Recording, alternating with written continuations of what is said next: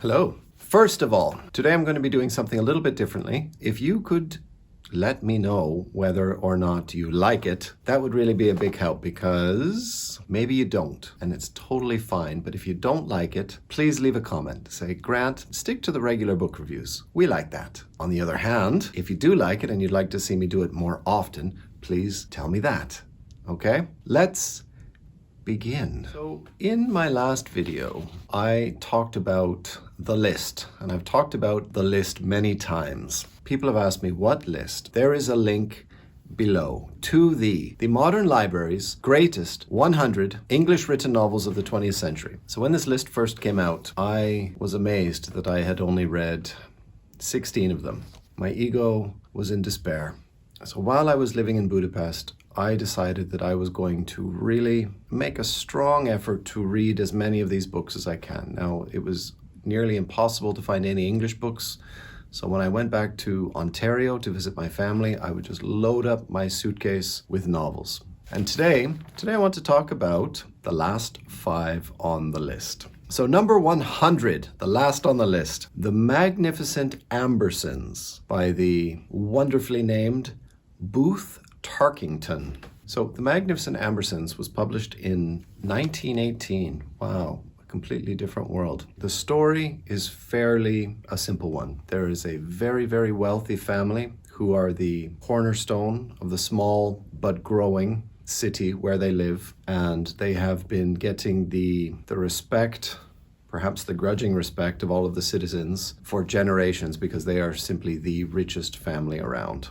And the boy grows up to be absolutely miserable because he was spoiled as a child and he was spoiled as a teenager, and he was given everything he wanted by his doting mother, and he just turned out to be the worst. And then through misfortune and, well, dissolution, the family lost their money, while it seemed that everyone around them started to make a lot of money. They went into business, they went into production. So while the Magnificent Ambersons family was in decline, all of the neighbors were growing. The fall that this young man had to take to wake up to the new world, and he discovers humility. It is a very well-written novel. Not like the novels today, not like the postmodern novels where there's so much hidden and you have to really re-examine the character's motivation. It's quite follows from A to Z. Here is the plot, here is the well-crafted story. You take what you get from it. It's all there on the page. I enjoyed that one. All right, number 99. This is a book I've already made a review of. The Ginger Man by J.P. Dunleavy. Now, The Ginger Man, as I said in my video, is one of the funniest novels I've ever read. It's not in any way in line with the very conservative and politically correct philosophies of the day. And I think a lot of people might find this novel somewhat problematic to read, but that's entirely the whole point of the novel, is that this main character, Sebastian Dangerfield, is willing to have the time of his life at any and all costs, does not care about the consequences. He has no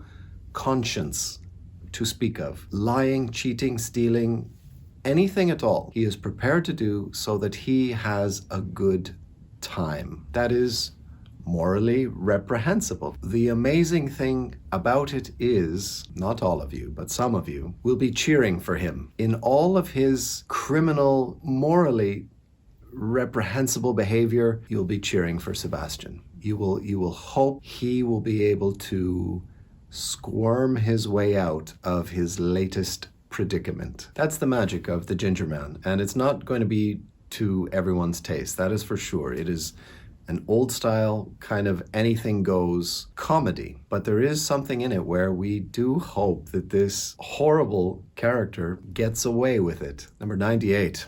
Now this is quite a different one. Like, we've had 3 really so far quite different novels. We had a very classic American tale. We had this more modern comedy novel. And number 98, The Postman Always Rings Twice by James M. Cain, 1934. Have you heard of that? The Postman Always Rings Twice? I think they made like 5 film versions of this book. In every single description you read of this novel, they call it a hard-boiled American crime novel. Crime novels are not my thing, but when they're written as well as this, yeah, they are my thing. It's all about the literature. If it is a well-written piece of literature, I am happy to read it. Give this book a read. The dialogue between the characters is it feels like it was written for one of those black and white Humphrey Bogart films. Like some of the dialogue I remember, this woman says to this man, it's just so hard to say. Maybe it's my accent, so if I ever do that again, I want you to hang one on my jaw. Okay, there's some dialogue. The Postman Always Rings Twice is the story of this drifter in California who winds up one day at a gas station. He starts a romance with the wife of the proprietor who gave him a job, and they plot to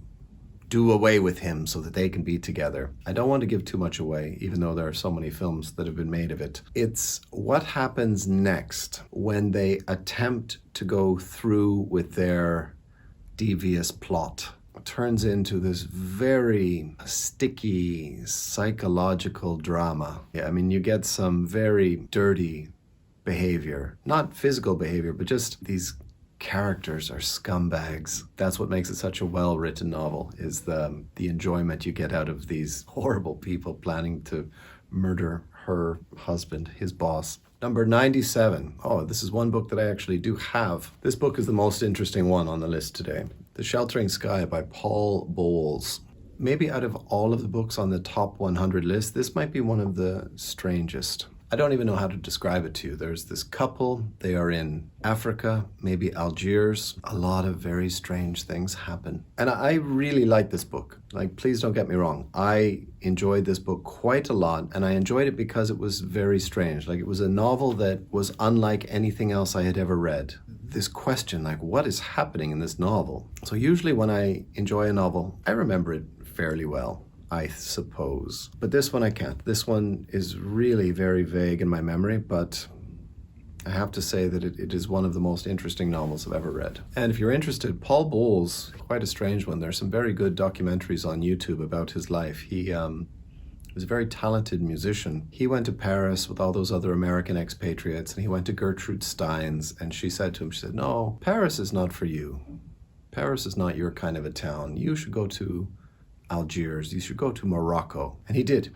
He went to Morocco and he lived there most of his life. Okay, and the last one for today, book number 96 on the list. Sophie's Choice by William Styron. How many people have heard of Sophie's Choice but have never read the novel? It's just something is ingrained into society, this concept of Sophie's Choice. However, if you've never read the novel, Sophie's Choice is actually quite a horrible decision that Sophie, the character, has to make towards the end of the novel. And I've only read it once. I remember thinking that, yeah, this is not the kind of novel that people really want to read anymore. I remember it was quite of its time. I think it was published in 1970 something, and it wasn't my favorite novel. The characters behaved in a way which I thought was unrealistic. It was written where I thought, okay, I can enjoy this novel, but not a lot. I didn't love it. And William Styron had a bit of a funny career. He was not a very prolific writer. He published his first novel when he was just 26 years old. Then he didn't publish another book for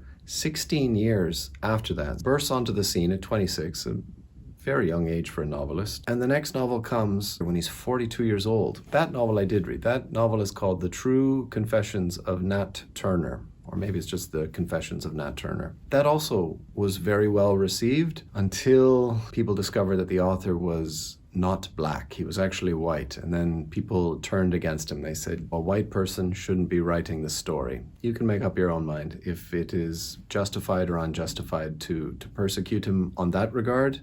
I think the literature should always stand for itself, and the author is this shadowy figure in the background that we shouldn't really point fingers at. Sophie's Choice came another 12 years after that novel, and apparently he had some very, very serious depression later in his life, and he wrote a memoir about his dealing with that. And if Wikipedia is to be believed, it is that final memoir of his dealing with his depression that people seem to think is his most noteworthy effort. Sophie's Choice, yeah, I wasn't really taken with it. It was weird in that 1970s way, that there was a lot of really blatant sex, a little bit shocking. You have to put yourself in the spirit of the times. It was a different era. But that is something in itself, that we can read these novels Like it's a little time machine, a little portal to an era which is long gone. We can be shocked and we should be shocked. We should be happily shocked. Like, wow, God, we've come a long way since 2 generations. Top 100 greatest English written novels of the 20th century. Novels 96 through 100. How would I rate them? Like if I had those 5 books on my to be read, which one would I read first? Sheltering Sky, definitely. Sheltering Sky I think is really the most literary, the strangest, and the one that needs like the one that will leave you sitting there thinking like, what the hell did I just read? Yeah, and I like that. Like for me, that's a gold ticket. Number 2, I'd go with The Ginger Man, especially after The Sheltering Sky, something funny and light and ridiculous in a way. Number 3, what's left? Let's go totally classic and say The Magnificent Ambersons, really go back to the old American style of like refreshingly easy to read. After a lot of very complex books and unreliable narrators and reading beneath the surface, it was nice just to read, yeah, here's the plot, here are the characters, they're well painted, here is the story. As it goes along, you can follow it, you can even imagine where it's gonna go. Boom, there's a novel. All right, what's left? Postman Always Rings Twice and Sophie's Choice last. Maybe it's better than I remember it, but on this list of 5 novels, it's the one I would least like to reread. So, again, if you can give me a little feedback about what you thought of the video today, if you want to see more of this, or if you would never like to see another one of these ever again, I would appreciate it. Please tell me, because I don't know. Usually the videos are about 30 to 40 minutes long when I record them, and I try to whittle them down into about 10 or 12 minutes. 75% just removed. It takes me a couple of hours to do all of this editing. I just keep cutting out, oh, that's extra, that's extra, that's extra. And I keep chopping it down. And by the time I spend those hours and I get down to that minimal thing that I want to present to you, I just can't tell anymore if it's good. Your feedback would be really appreciated, especially in this regard. Thanks for watching. My name is Grant, and thank you to all the people recently who've been sending a lot of comments and giving me a lot of feedback. I really appreciate it. Thank you very much, everyone. I forget to do that, to say thank you. Encouraging me, it really means a lot. Thank you very much.